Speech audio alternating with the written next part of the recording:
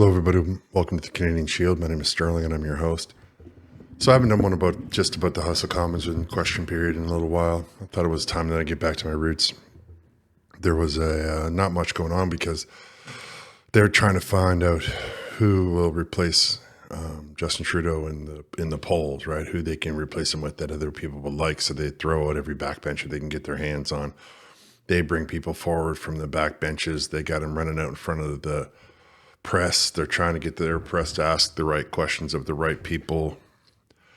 And even the Conservatives are aware of it, which means that in the scuttlebutt, in the gossip that's running around the House of Commons, that the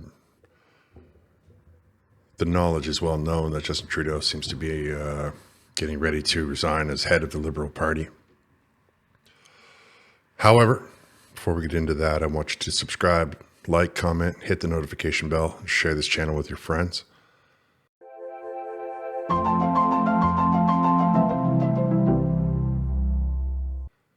All right, let's get into this. Now, the first segment is with Anita Anand, the Treasury President, who's obviously qualified with her law degree to be in charge of all of the money that Canada has possession of. I'd like you to hear how that she tries to distract you all from the fact that, you know, inflation's through the roof, cost of living is through the roof, and yet now it's a new idea, right? Now it's a new lunch program that they're going to save everybody with.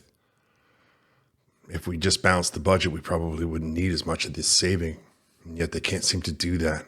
They're the people that were in charge of the destruction, and they want you to believe that they're the people that are going to pull you out, but they're still just saying the same talking points they've been saying. It's just slogans. All right, let's watch. Mr. Speaker, I'll never apologize for keeping housing costs low when I was the Minister of Housing.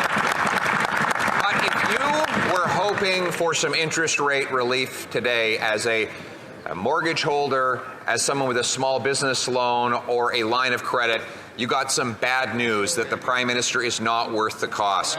Rates are staying high long because, as the Governor of the Bank of Canada said, if government spending grows, then interest rates will have to stay high to combat the resulting inflation. Why won't the Prime Minister accept my common sense plan to fix the budget with a dollar-for-dollar law to bring down rates? The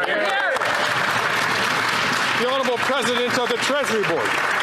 Mr. Speaker, it's possible to be prudent fiscally and have strong social programs as well. That's exactly what our government does. With the AAA credit rating, with the lowest debt to GDP ratio in the G7, and with historically low unemployment. At the same time, we have a national school food program on the table of $1 billion, Mr. Speaker, supports for childcare and early learning, as well as for renters and homeowners. That's what we do on this side of the House. Every day is a great day to fight for Canadians. The Honourable Leader of the Opposition. Every day is not a great day when you're living in a tent city, or when you've had your mortgage double, or when you are with the families that 1 in 4 children who can't get enough food, and they put forward a food program that doesn't have any food. Right. Instead, what they've done is doubled the national debt and driven up interest rates. Today, we learned that the Bank of Canada is unable to bring rates down because the Prime Minister continues to make massive multi-billion-dollar inflationary spending. Why won't he follow my common sense plan to bring down the deficit and the rates? The Honourable President of the Treasury Board. Mr. Speaker, wages are growing faster than inflation. Under the Conservatives, poverty was at 14.5%. When we replaced the Conservatives, we brought it down to 7.4%. Mr. Speaker, we will continue to invest in Canadians with the supports for affordable housing, for renters, for early learning and childcare, and because of our work, we will make life fairer for Canadians, unlike the Conservative leader who is here for himself. Thank you. So now they're saying that's that new slogan, fight for Canadians, right? Because that's their TikTok soundbite. That's why when you listen to her talk, she all of a sudden starts to smile when she says the same 3 or 4 points, because she knows that that's the clip that she's going to put up online, and she wants to have that look on her face. Everything is theater with the Liberal Party, right? They're not actually trying to drive the solutions. They just want you to vote for them no matter what. But you have voted for them, right? And look at the state we're in.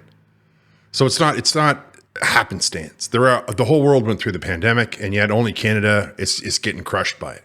On the one hand, nobody can afford anything, but on the other hand, they say that they've wages are growing faster than inflation. I don't even understand how the terminology on that is. I do understand like the twisted mind gymnastics you have to do for that is bizarre. I do know that most of the jobs that they have created are minimum wage, right? Like, so that they got rid of all the high paying jobs because they destroyed the industry and sent the industry to other countries. And then they said, well, yeah, but you can go to work at McDonald's or Tim Hortons or Subway and we will guarantee you a minimum wage. And then that they call that increasing the job bank, right? The job prospects. They also take full-time and part-time and put it all together. And then they lower the full-time to 12 hours, or the part-time to 12 hours and the full-time down to 33 hours, I think. So now they can pad their numbers a little bit more. In addition to that, she says that that they're doing all these programs for students, and it's always something with them, right? Now it's lunch. Before it was dental. They would just keep repeating it over and over and over again. But I just want you to ask yourself, is any of the slogans that they keep repeating improving your standard of living? All right, now we go to Champagne, who is so predictable, and they mock him for it. It's really funny to watch how not only do they mock him for it, but he backs away and tries to say something else. It's really, really, really funny.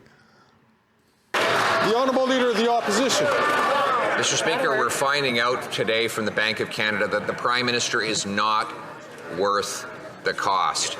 In September, the bank governor said that if government spending were to grow, then interest rates would have to stay high. That was echoed by the former bank governor and incoming Liberal leader, Mark Carney, who indicated that he does not expect rates to fall quickly, and that is partly because of a lack of fiscal discipline. So if he won't listen to me, why won't he listen to his successor and understand that he's not worth the cost of high interest rates? The Honourable Minister for Innovation.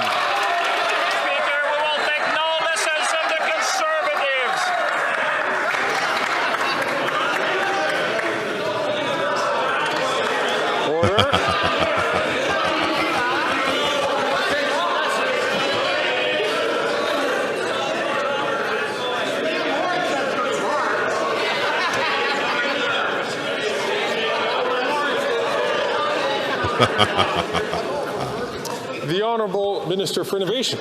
Mr. Speaker, I hope the Conservative will listen this time because Canadians are watching at home. Mr. Speaker, we will take no lessons from the Conservative.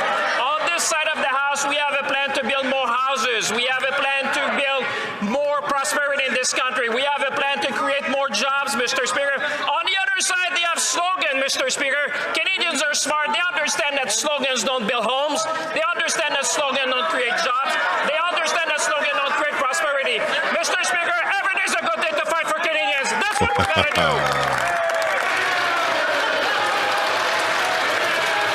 They give him a standing ovation.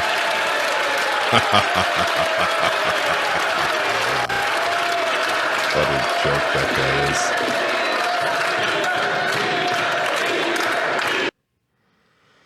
So you can see that they made fun of him because they knew what he was going to say, because that's all he ever says. I will maker. He says the same thing over and over again because then he puts it up on his TikTok, and it makes everybody think that he's doing something. People who have short attention spans, people who don't look at the surface, beyond the surface, it's all the same thing. I mean, even his people beside him are laughing. If you look at Fraser and Bassineau there, Whack-a-Mole and the housing minister, they were just laughing their heads off because they knew that this was coming. They knew he was going to say that the second that he stood up, and it's going to be his slogan. What I don't like about that slogan, what I don't like about the idea is that the Liberals are always telling you that you have to work with them, you have to work with them, you have to work with them, and yet they refuse to work with anybody that's not ideologically aligned with them.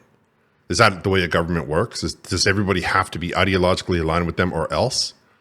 Because I'm telling you right now that that's not the way the world works. If you can force people into being quiet about ideologically disagreeing with you, You can put the army in the streets and police in the doors, and you can put censorship online. But you can't force people to agree with you just because that's what you want. People will agree with you or they will not. And if you can't accept that, that's a sign of weakness for your perspective. That's you being weak, not them being disagreeable. If you're so smart, if you're so strong, if your position is so valid, you should be able to convince them. But because you're dealing with ideologues and not people who are using logic and reason and common sense, they don't have that capability. So they would rather just censor you and yell at you and try to make slogans so that people, when they're standing in line with their 5-minute attention spans, will just say, well, I better vote for him because I like what he said that one time. Again, I would ask you to look around the state of your life. If you think that you're doing fine, then okay. If you think that there's a serious economic issue, even if you're out there listening to me and you're quite wealthy, your money would be going farther if the economy was better. All right, I'm going to wrap here. I want to thank you all for listening. I would appreciate it if you would like, comment, subscribe, hit the notification bell, tell all your friends. I'll talk to you next time.